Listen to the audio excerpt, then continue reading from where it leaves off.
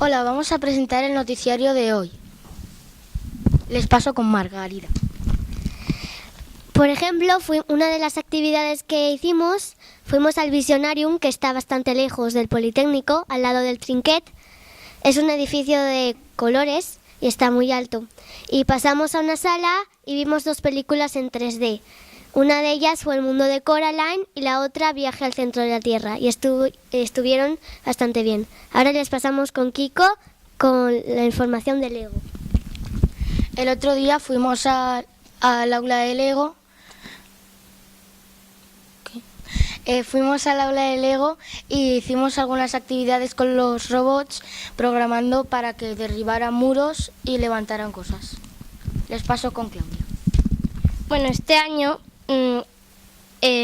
hacemos un Twin Camp que no hacemos todos los años, que hacemos un Lit Up, y un Twin Camp es una cámara que se parte en 2 y en una parte de la cámara sale más gente y en la otra gente. Y ahora les paso con Lidia. Pues en quinto este año hemos conocido a mucha gente nueva, pero también nos ha dado pena con otros grupos. Y los monitores son muy majos y uno de los más divertidos son Carles y Ross. ¿Qué pasa con Ana? Ha sido muy triste separarse de otros compañeros del año pasado, pero ha sido también muy divertido conocer a otros y pasárselo bien. Ahora les paso con...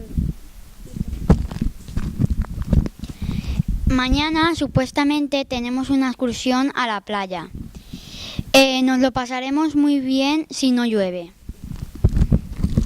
Hola, yo también pienso como mi buen amigo Víctor que nos lo vamos a pasar muy bien mañana en la excursión de la playa. Y ahora sin más dilación os voy a pasar con... Os voy a contar el rugby. El otro día hicimos rugby. Nuestro monitor Alberto nos explicó cómo se hacían los pases y cómo se jugaba. Nos chopamos enteros porque los aspersores se pusieron a funcionar en medio de un partido.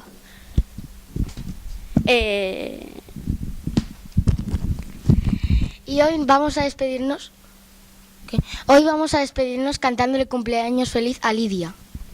Cumpleaños feliz, cumpleaños